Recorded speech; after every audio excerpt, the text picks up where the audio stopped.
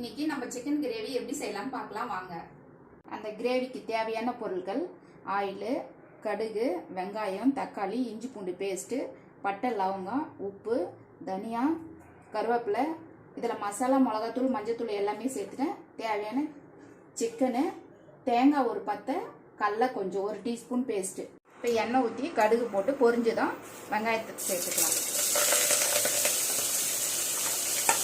இப்போ பட்டை, லவங்கம், ஏலக்காய் இது எல்லாத்தையுமே உள்ளே சேர்த்துக்கலாம். வெங்காயம் வதங்கிடுச்சு, இஞ்சி பூண்டு பேஸ்ட்டை உள்ளே சேர்த்துக்கலாம். இப்போ தக்காளியும் உள்ளே சேர்த்துக்கலாம். இப்போ வெங்காயம் தக்காளியெல்லாம் நல்லா வதங்கிடுச்சு. இப்போ சிக்கனை உள்ளே சேர்த்துக்கலாம்.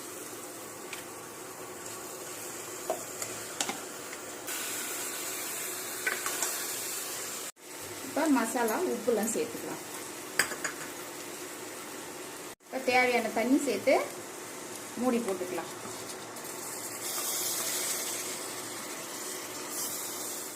சிக்கன் கிரேவி ரெடி ஆயிடுச்சு. நீங்களும் உங்கள் வீட்டில் செஞ்சு சாப்பிட்டு பார்த்துட்டு பிடிச்சிருந்தா லைக் பண்ணுங்கள், ஷேர் பண்ணுங்கள், கமெண்ட் பண்ணுங்கள் ஃப்ரெண்ட்ஸ்.